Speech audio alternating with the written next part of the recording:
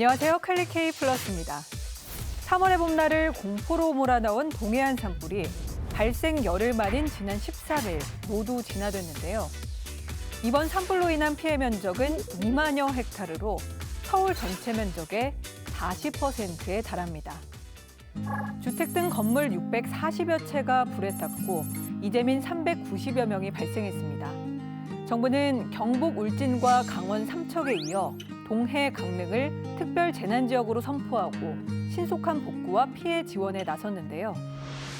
지난 주말 울진과 삼척을 특별 재난지역으로 선포한 데 이어 오늘 강릉과 동해시를 특별 재난지역으로 추가 선포했습니다.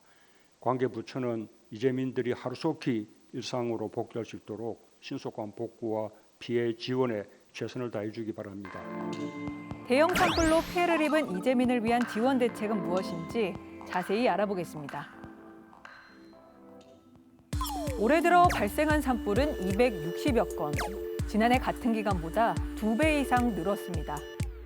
특히 50년 만의 겨울 가뭄으로 잠깐의 방심과 부주의가 대형 산불로 이어질 위험이 컸는데요. 실제로 지난 4일 발생한 동해안 일대 산불은 2000년 4월 동해안 산불 이후 22년 만에 가장 큰 피해를 남겼습니다. 정부는 이번 산불 피해 지역을 특별 재난지역으로 지정했는데요. 대형 산불 발생에 따른 특별 재난지역 선포는 2000년 4월 강원 고성 강릉 동해 삼척 산불, 2005년 4월 강원 양양 산불, 2019년 4월 강원 고성 강릉 동해 속초 인제 산불 이후 이번이 네 번째입니다. 산불 피해 특별 재난지역으로 선포되면 어떤 지원이 이루어질까요? 먼저 안정적인 주거 지원을 위해 집을 잃은 이재민이 1년 동안 무료로 거주할 수 있는 임시 조립주택을 설치해 제공합니다.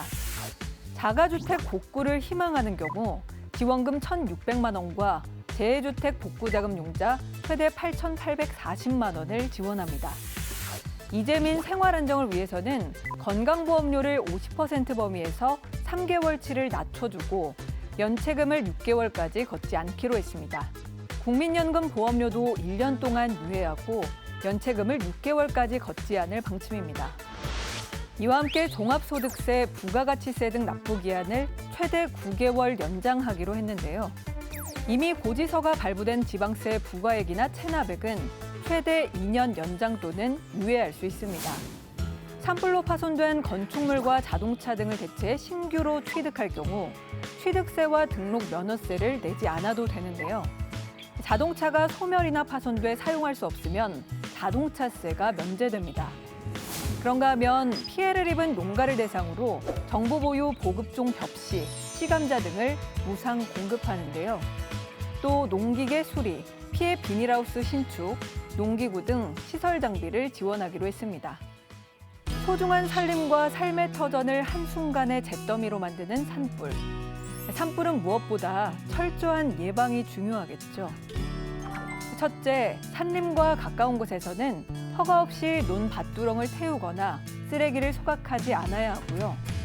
둘째, 입산 통제구역이나 폐쇄된 등산로에는 출입을 삼가합니다. 셋째, 입산이 가능한 구역이라도 라이터, 버너 등 인화물질은 가져가지 않는 게 좋습니다.